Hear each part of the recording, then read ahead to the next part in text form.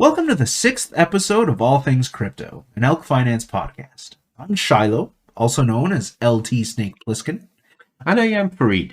So today we're going to talk all about elk. I know, we're talking about elk on the Elk Finance podcast. It's a revolutionary idea. But we wanted to talk about why we're legitimately excited and kind of talk a lot about our bigger picture ideas and what elk is and what really people might want to be excited about. I am very excited about this episode, Shiloh. It's going to be great. I can't wait. Yeah.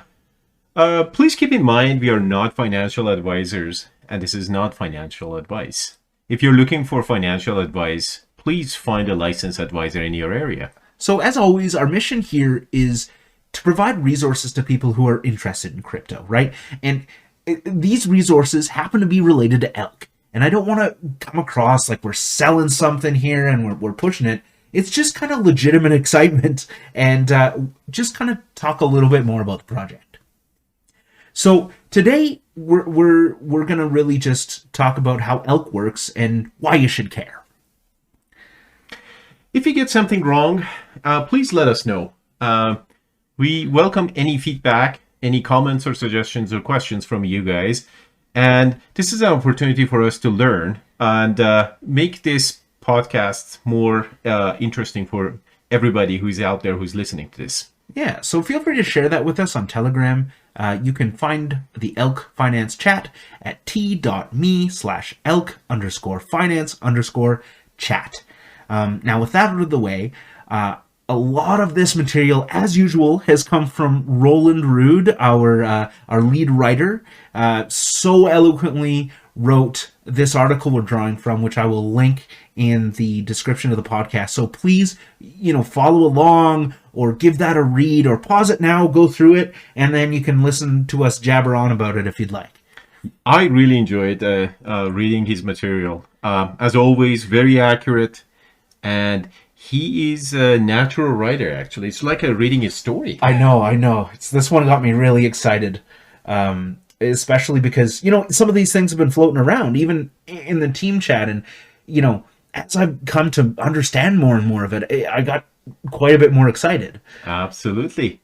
Let's just start with this question. This is a question I was just thinking about it since I joined Elk. What is Elk about?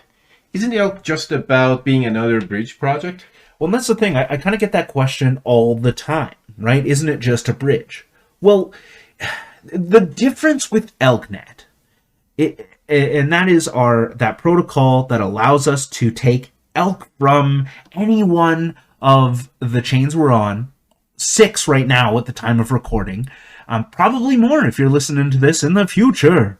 And it's on, we're on AVAX, Polygon, Phantom, Hiko, BSC, XDAI, and what ElkNet does is takes elk from one chain and it destroys it on one chain, also called burning, which we talked a little bit about in a previous episode. Mm-hmm. And then it mints it, as in creates elk on the chain you're going to, that same amount. Now it's 1-to-1. So I could go from AVAX to Polygon, for example, Avalanche to Polygon, and it would then burn the elk on AVAX where I'm coming from, and it would create the elk on, Polygon, the same amount. And there can never be more than 42 million or so tokens. So it's always maintained. And so that's what ElkNet does. You can buy elk, you send the value across the chain, right? You send the amount of elk that you own across the chain. And then ideally, if you want, you can convert the elk into something else and go about with your day, right? So it already doesn't operate like a traditional bridge. You know what? I should mention this for people who are on ElkNet. It's just amazing to me, Shiloh, how easy it is to convert from one token to the other token with the push of a button rather than going through a lot of steps to do that. Yeah. And it happens so fast. Yeah. That just blows my mind. Yeah, like a lot of them are done in 7 seconds. But keep in mind, at the time of recording, we're in beta, right? So glitches happen and we're trying to tackle those as soon as they can. And it's usually the RPC's fault. And no elk has ever been actually lost across chains. Nobody has ever lost their elk. It's all come through, which is amazing. Oh, you know what? It's going to be funny. 10 years down the road, somebody listening to this podcast and it's just like 7 seconds. Yeah, 7 seconds. Yeah. Are you kidding? That's right. That's right. That's fast. Yeah, that's right. But the cool thing about elk is we can basically deploy on any other chain quite easily. And you're probably talking about like, yeah, hurry up and deploy on all the chains. What are you doing? You know, we do have to wait for the market and wait for the right time, and we've got people who plan those things, right? So we're not going to just jump into the fire. So for those people who are looking at elk as an investment vehicle, the scalability is something which is very unique to the elk right now. Yeah. And the cool thing is, the chains I mentioned that we're currently on at the time of recording are all what are called EVM chains. And all you need to know about EVM, which stands for Ethereum Virtual Machine, means that they're basically clones, not direct clones, there's some changes, but they're almost different versions of Ethereum that are deployed and renamed with some changes. So any project, any chain that you can connect to with MetaMask is actually an EVM chain at the time of recording. Mm-hmm. So MetaMask is compatible with Ethereum-like chains. You know, when you go to chainlist.org or you manually put in your RPC data, and it connects to that new network, that means when you're doing that with MetaMask, that it's an Ethereum kind of clone in a way, or it's based on the same technology with some changes. This is amazing, you know, because this means that we are not going to go after in elk about reinvention of the wheel. Right. The compatibility makes it easier to deploy it on other chains. Right. And so the thing about elk that's really awesome is we can actually even deploy on non-EVM chains. Mm-hmm. So chains that MetaMask isn't even compatible with, for example. Some great examples. If you look at the market right now, you've probably seen Solana. Mm-hmm. You know, I imagine, you know, I'm not sure how Cardano is going to work, and I'm not sure if that's EVM. But you know, it opens up all of these options for these other non-EVM chains that we can just deploy on. That is fascinating. Yeah. But enough about the bridge. What else is out there regarding elk? Yeah. So yeah, and I wouldn't even say that ElkNet is a bridge, right? It's a transfer of value. I mean, I guess it is a bridge for your value, right? I guess in that sense. But what else is it about? Well, you may have heard some rumblings, and we talked about this a lot in our previous episode, along with the other in stablecoins in episode 5. We talked about CHFT, which is a stablecoin that's linked to the Swiss franc, Mm-hmm. right? So the Swiss franc being, you know, the most stable fiat currency, real person money in the world, right? And so we're going to peg our this token to the value of the Swiss franc, and it's going to have the same properties as elk. Okay. In some ways, in that it can go cross-chain using ElkNet, Mm-hmm. right? So you can move dollar for dollar the same this token across chains, and move your value across chains with some real stability. Mm-hmm. So something similar to USDT and Exactly. any other stablecoin. imagine though if it could be just taken across chains without, you know, creating these weird proxies or anything. It can be, you know, we went into this in more depth in the last episode, but it can be natively minted on any chain with collateral, and that's a big loaded sentence, but we're going to get into that a little later, so don't focus on that too much. The second thing that we're going to be about are proxy tokens for basically any project. So all I'm going to say for now, until we get into it later, is imagine any project using the Elk mainnet or ElkNet, and being able to deploy a contract on BSC, your own smart contract, make your own token, right? You make your own token on one network, and being able to say, hey, ElkNet, I want to be on other chains. So allowing any user to, create and move their tokens to other chains. Like any chain that Elk is on. Huge. Ridiculous. Like, this is going to be amazing. Lastly, what, that isn't bridge related is our data relay function. Mm-hmm. So this isn't here yet at the time of recording. But imagine being able to quickly reference any information from any blockchain that Elk is on, right? So this isn't just prices. This is anything. And being able to very quickly have this value, this information relayed across different blockchains. Mm-hmm. So these are the three main things that really don't necessarily make it a regular bridge project. It's far from it. We're not looking just at the individual user, although you can use it and move Elk across chains. Go try it yourself if you'd like to see it, right? Mm-hmm. But we're actually also targeting these big and medium, small projects who might want to transfer their value across chains, right? So that's I think all I'm going to say about that. So what issues is Elk trying to solve? Yeah, with using these vehicles, using these options we discuss here. Yeah, and we talked a little bit about this in the last episode, and a big part of this is solving a couple key issues that traditional bridges have. And sure, and I just spent the last 10 minutes telling you that we're not a bridge.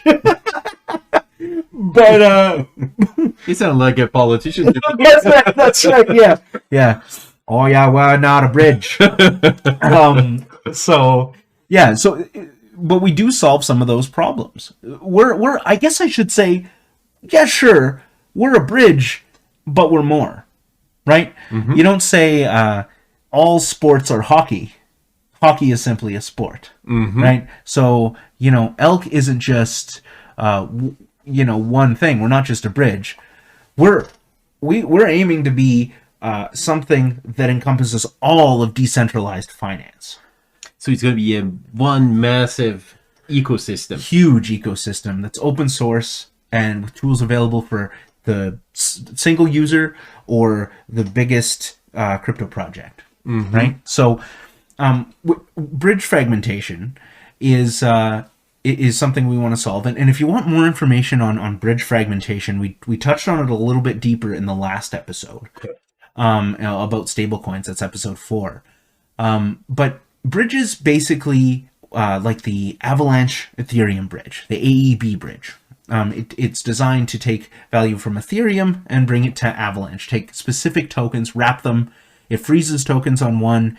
And let's say if you want to take Ethereum from the Ethereum network and deploy it on Avalanche, it freezes that Ethereum in a contract on Ethereum and then creates it on the Avalanche side, so then you can go and do whatever with it. Mm-hmm. But like we mentioned in the last episode, it creates a problem because it basically any project, like let's say you also have an Avalanche bridge from Binance, mm-hmm. So then you need an ABB bridge, an Avalanche Binance bridge, so then you've got a different token that's coming from the Binance. Let's say you take Ethereum from Binance and you bring it over to Avalanche, and then you take Ethereum from Ethereum and bring it over to Avalanche. You've actually got two different Ethereums. That's right. Yeah, and sure you can say, hey, this is the value they're worth, and we can know that through mm-hmm. things like Chainlink would be those price oracles that send that message to Avalanche that say, hey, this is how much Ethereum is worth. Sure you can. But you've got two different Ethereums and because different amounts are held by different people, they actually aren't going to have as much liquidity, meaning your price impact's going to be really high if you sell one. You can't put them together to make the value equal. So if you, they're always different tokens. So if you sell back and forth on different decentralized exchanges, they're going to be different prices, if that makes sense, right?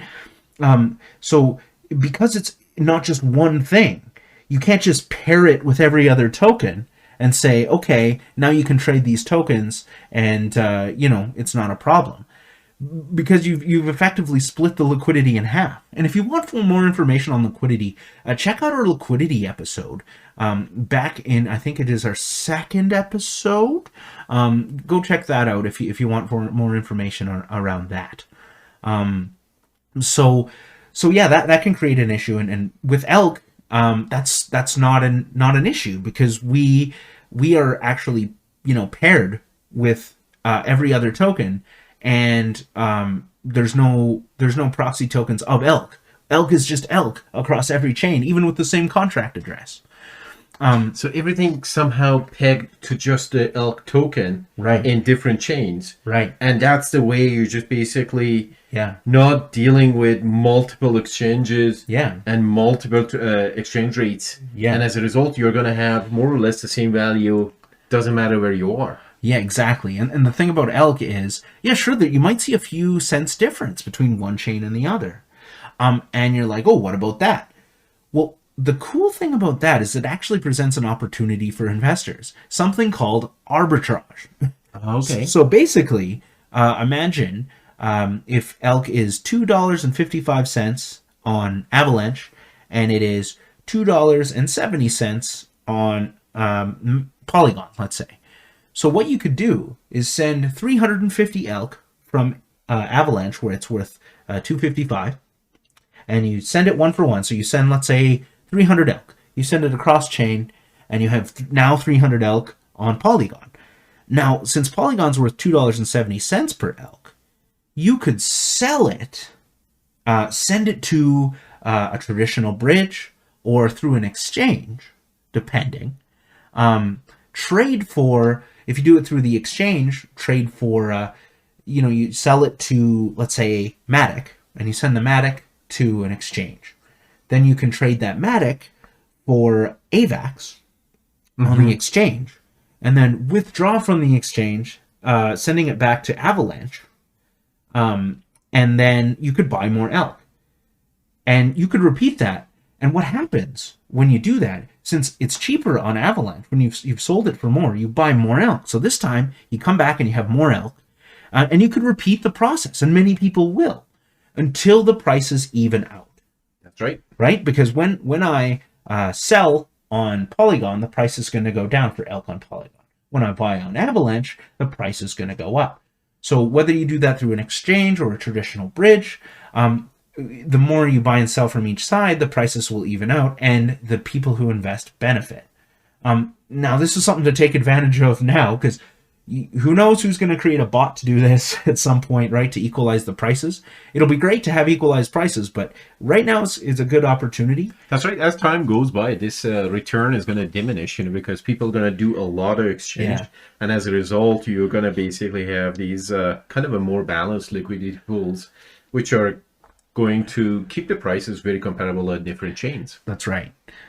So that's, I mean, the long way of explaining bridge fragmentation and kind of an arbitrage, right? Which is great. The next piece here that Elk's going to solve is exit liquidity. So that's where, if you look at certain bridges, conventional bridges, for example, where you basically, it holds your tokens on one side. Let's say you transfer USDC from, Polygon to Avalanche, since I'm using those examples. So with conventional bridges, not like the AEB bridge, not like the Avalanche Ethereum bridge I was talking about before, but simple bridges that freeze, have entry and exit liquidity. So I go to take, $300 of USDC. It freezes on one side, on the AVAX side, and then it releases some that are already there, some USDC that's already there in equal amounts for a small fee on the Polygon side. Now, what's happened here is I've taken some of the exit liquidity on the Polygon side. So there's now $300 less on the other side and $300 more on the Avalanche side. Mm-hmm. If the chain gets popular and everybody rushes to it, which has happened several times, we've seen this, these projects can run out of exit liquidity. So only a certain amount of people can actually get to the chain that's really popular because, everyone's going there and there's not enough, not as many assets to give everybody what they send. So you're actually just unable to send, which really gets in the way. I would get mad if that happened right? to me. Yeah. Yeah.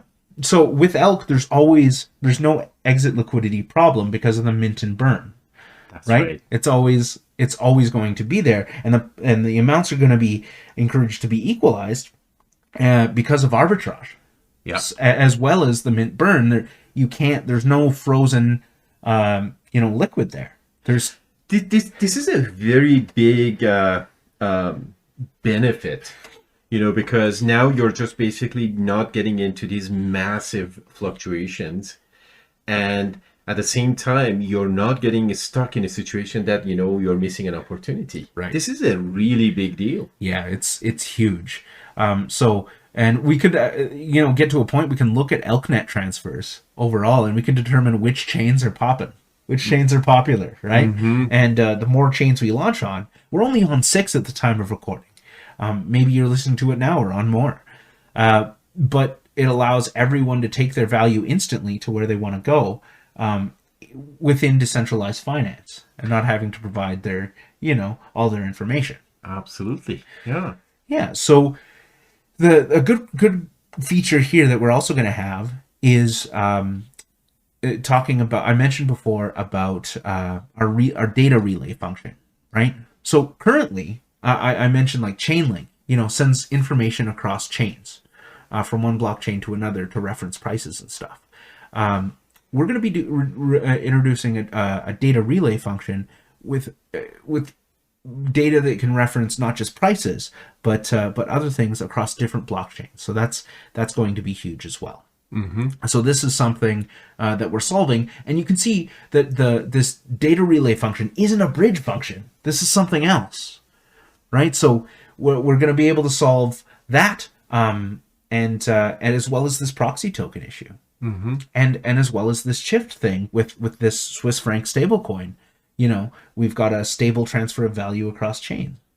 I'm going to ask a stupid question. No questions are stupid.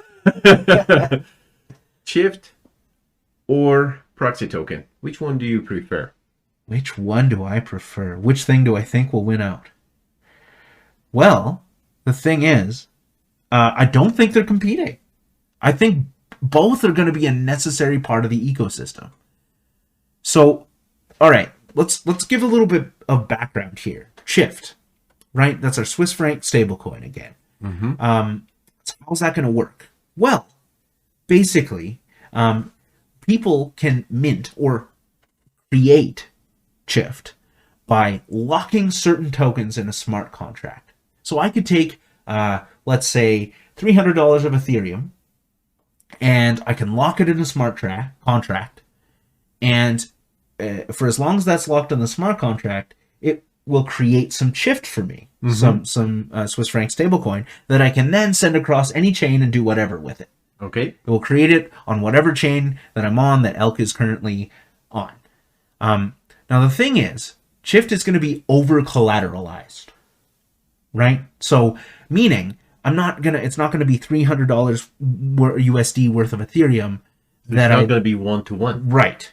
There's going to be, depending on what you decide to use as collateral, it might cost me $310 worth of Ethereum to get $300 worth of Shift. I mean, you're not losing it. It's locked there, right? So you can go do whatever with your Shift and come back and convert your CHFT back into Ethereum whenever you want.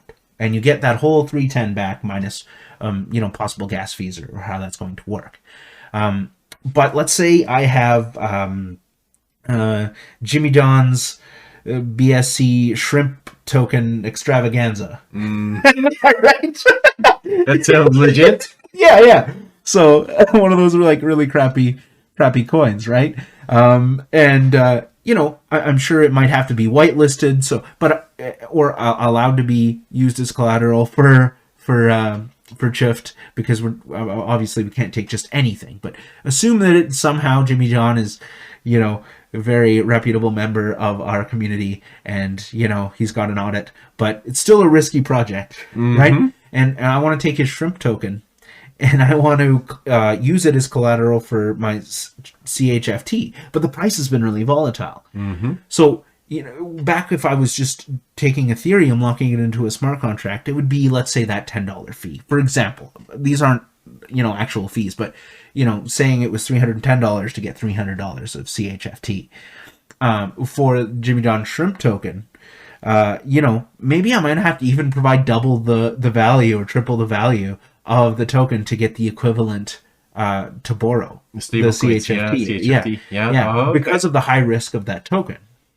Okay, so it's just all about how much of how the collateralization works in the sense of a stable coin, and if it is in your favor, if you want to trade it and send it over. Yeah, exactly. And, like, let's say if we used USDC as collateral, the fee would be negligible. There would be, or not fee, the amount difference would be like very negligible, because it's not going to fluctuate, right, in relation to CHFT. So there'll be a very small extra bit frozen to mint that CHFT. And the reason we're going to over collateralize, why you're going to need to freeze a little bit more of your assets in order to borrow some CHFT until you come back and you're done, is because if everyone withdraws all at once, we definitely want enough so that all those transactions can go through. So if we freeze a little extra for someone, for everyone, we can ensure that if everyone withdrew, that we can support that.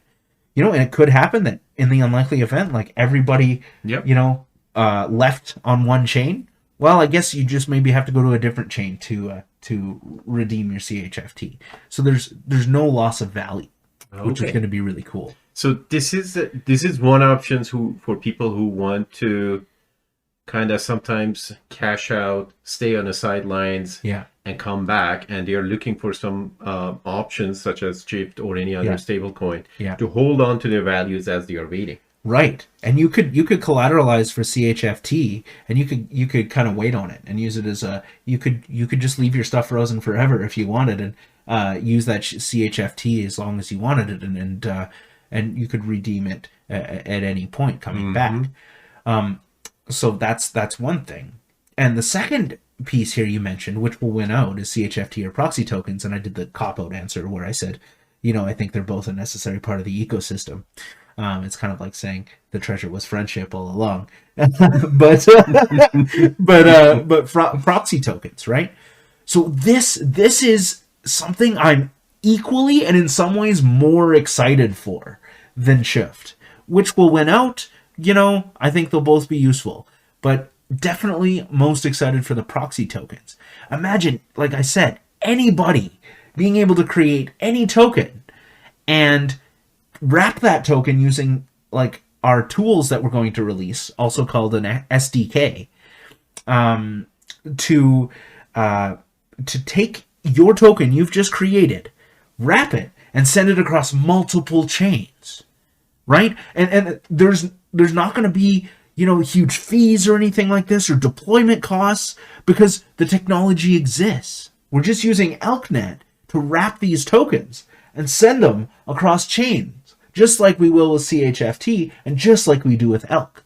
So you could mint your coin on BSC, and Jimmy John can mint his shrimp token, and he can send it, he can freeze some in a smart contract, send it across to different chains. He can send it to Polygon, AVAX, XDAI, eventually Ethereum, a bunch of other chains, and people can buy it on there. Now, I mentioned before about the data relay function. Now, what ElkNet will be able to do is reference the price of the token, and send information back and forth between the wrapped versions and the original version on BSC, and equalize the price. So it can share information among all the chains we're on so that it stays even. Yep. That is fascinating, because well said, Shiloh. It's just like it's not one versus the other. Yeah, It's about what you want to do. exactly. And there is no contradiction. There is no overlap. They No. are designed to coexist for different purposes. Exactly. So it's giving people an option of what they want to do. It's not just a bridge, right? Yes. It's a being able to do a bunch of things. But imagine any medium, large, small size project being easily just to take ElkNet and boop, put their token on other chains. They deploy it, a smart contract on one chain, boop, it's on other chains. Now expand this a little bit, right? We look at non-EVM chains, non-Ethereum virtual machine chains. And you can technically then, when this exists, take your project and move it to places that aren't even compatible with Ethereum. And yeah, sure, you can go on Solana and you can find an Ethereum linked token and you can do that. Mm-hmm. But it's for smaller, medium-sized projects, it's very hard to get there. But imagine being able to just go there when we launch on those chains. It doesn't matter. It doesn't matter to ElkNet what the blockchain is that you're going to. It can send information back and forth. So you can have your project on any chain that we decide to launch on. So the message to me after this conversation is Elk is not just a bridge. It's a one-stop shop. Exactly. You can do whatever you want with it. You can basically farm it. You can stake it. You can move your tokens around. You can do whatever you want. Yeah, exactly. This is something which is massive for people who are trying to get into crypto, and they are trying to be with, I think, with a chain which has so much potential. Yeah, totally. You mentioned something about fees, because all of us, we hate fees. Yeah, totally. There are some rumors about ElkNet and gas fees. What's that about? So, I mean, I'm going to be a little cryptic, or cryptoic, if you will. But imagine sending Elk across ElkNet to different chains. Yes, even Ethereum. And imagine not having to pay the gas for that. My mind is blown. Wouldn't that be sweet? That would be. And wouldn't that be cool? I'm just dropping that here. Just saying. Hey, those people listening in the future will know exactly what I'm talking about. But I want to leave it there with that. So, yeah, I know we kind of threw a lot at everybody. So please check out Roland's article here, linked in the description. And this really, I want to nail down that not are we any chain, anytime, anywhere. Not that we can just be on any chain. And to reiterate something we've said from the launch of the project, but imagine that you could not even have to be aware of what chain you're on. You could just go wherever and not have to worry about it. Pretty well said. Yeah. I think that was the message from this episode. Yeah, and like imagine your own project that you launched through Elk. Imagining that, not even having to worry about how to get to other chains. You just launch your project on one chain, and you can be on as many chains as Elk is on at that time. That is fascinating. Yeah. So talk about reaching a bunch of other markets, right? Mm-hmm. You can just deploy. Absolutely. Move your value around, your token around. I hope our listeners, they enjoyed this talk as much as we did. Yeah. And thank you again for being with us in this episode, and we will see you in the next episode. All right. We'll see you soon, and we'd love to hear your feedback, so let us know. You can contact me directly, LTSnakePliskin, at our Telegram channel at t.me/elk_finance_chat. Thanks for listening, and we'll catch you guys next time.